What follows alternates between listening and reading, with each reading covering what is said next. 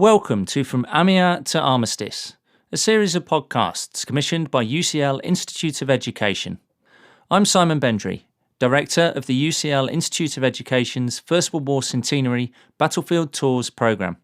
In August 2018, students from across the United Kingdom joined students from France, the United States, Canada and Australia on the Western Front to commemorate the Battle of Amiens. This series, recorded largely on location during that battlefield tour, tells the story of the Battle of Amiens in the wider context of the First World War and the road to armistice. In this podcast, we visit MOREUIL Wood, the scene of a famous charge by the Canadian cavalry in March 1918, and fighting by the French XXXI Corps at the Battle of Amiens in the August.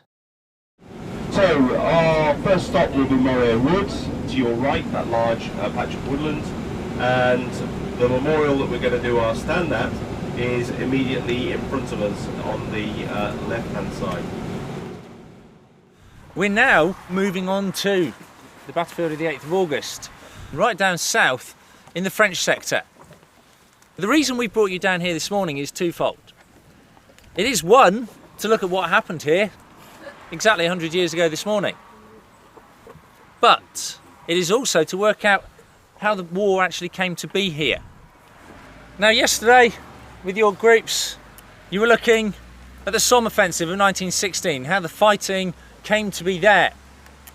Following that offensive, there's a large-scale German withdrawal from that part of the line to new defensive positions in the spring of 1917. And therefore, in effect, the fighting had moved away from this region and had set off 40 miles in that direction, out to what you can see is this solid blue line on your map. But in the spring of 1918, as a result, partly of the Russian Revolution and the war finishing on the Eastern Front, and therefore freeing up German troops, partly as a necessity to act before the American Expeditionary Force arrives in very large scale on the Western Front, the Germans will launch another attempt at smashing through the Allied lines, their spring offensives. And these purpley coloured bits on this map show the impact of those offensives.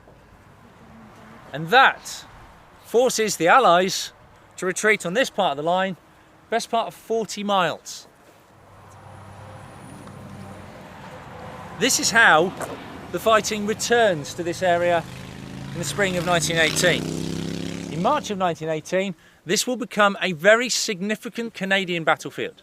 It becomes very famous for a cavalry charge. The cavalry by 1918 have become useful again.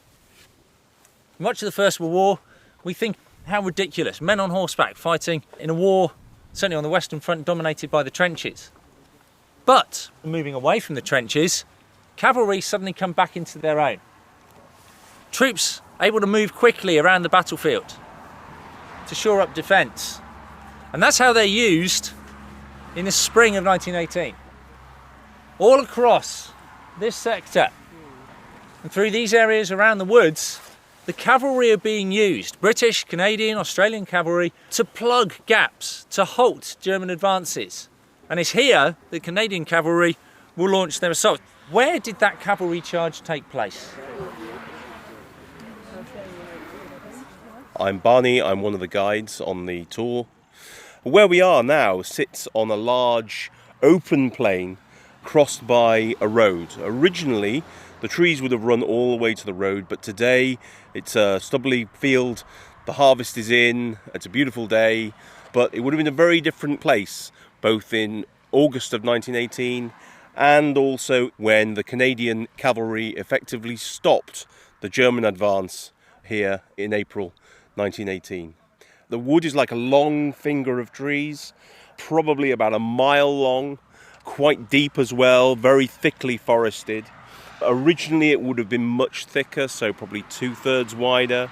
There are various small copses all around, and in those small copses would have been German defenders, and the Germans, when faced with the cavalry, would have headed into the woods for protection, set up their machine guns, their preferred form of warfare.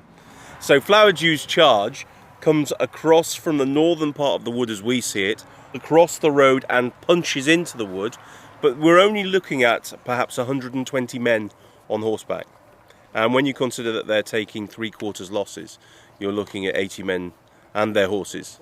You can imagine the sound of the machine guns, the sound of the horses at high speed, pounding across the fields, the screams of the horses and the men, and it happened literally here 100 years ago, a few months back. Captain Flowerdew is recalled as saying, "It's a charge, boys, it's a charge." There's the bugle call, cavalry go forward, swords drawn, lances ready, charging the German infantry to halt their advance in this sector. Flowerdew retakes the wood, the Germans counter-attack and take it back. Ultimately the line will finish just beyond the wood. So, cavalry being used very effectively to halt that spring offensive, certainly on this part of the line. Anything to add, Hugh? Yeah, one of the striking things about this too is the Germans effectively don't have any cavalry by this stage of the war. And it matters for the first time for exactly the reasons Simon said. Just as it's an advantage for the Allies still to have cavalry, the Germans, when they're getting to the point of a breakthrough, have no cavalry to be able to sustain the momentum of the advance or to be able to bring troops quickly into position. And that's principally because they are suffering from shortages of fodder, foodstuffs, all the sorts of things that horses are incredibly dependent upon. And they have just dismounted too many cavalrymen. So whereas in 1914 they put 10 cavalry divisions into the attack here, now they have virtually none to be able to exploit the opportunity.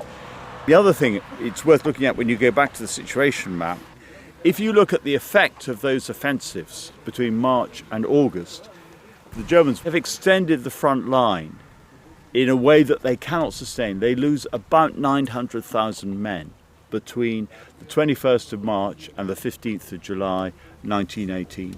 And they're holding a much longer front with fewer men. So they are in an extraordinarily weakened position by the summer of 1918. What we're going to move on to is August 1918, a memorial to the 31st French Corps. Here, on the 8th of August, 31st French Corps are smashing through the German lines. The start of what is described as this period of 100 days, the 100-day offensive. I want you to take a look at that memorial and have a think about the makeup of these Allied armies in 1918. What can you learn from it?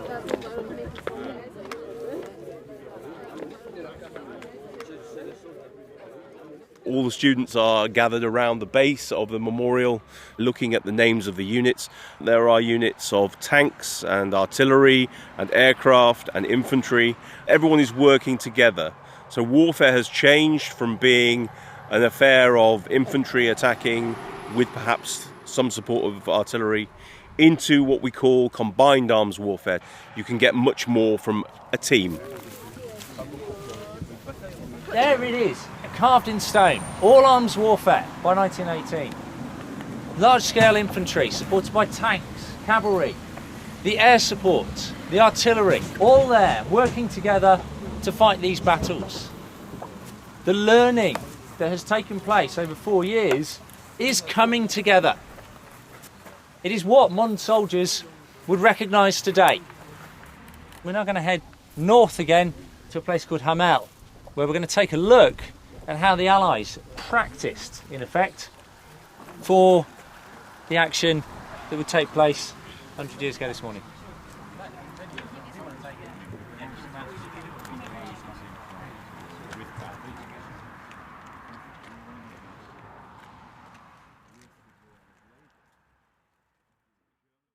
You have been listening to From Amiens to Armistice, a Chrome Radio production for UCL Institute of Education. The producer was Katrina Oliphant, with sound design by Chris Sharp. In our next podcast, we hear how, in July 1918, the Australian commander, Lieutenant General Monash, led a successful action at Le Hamel, which was to act as a template for the Battle of Amiens a few weeks later.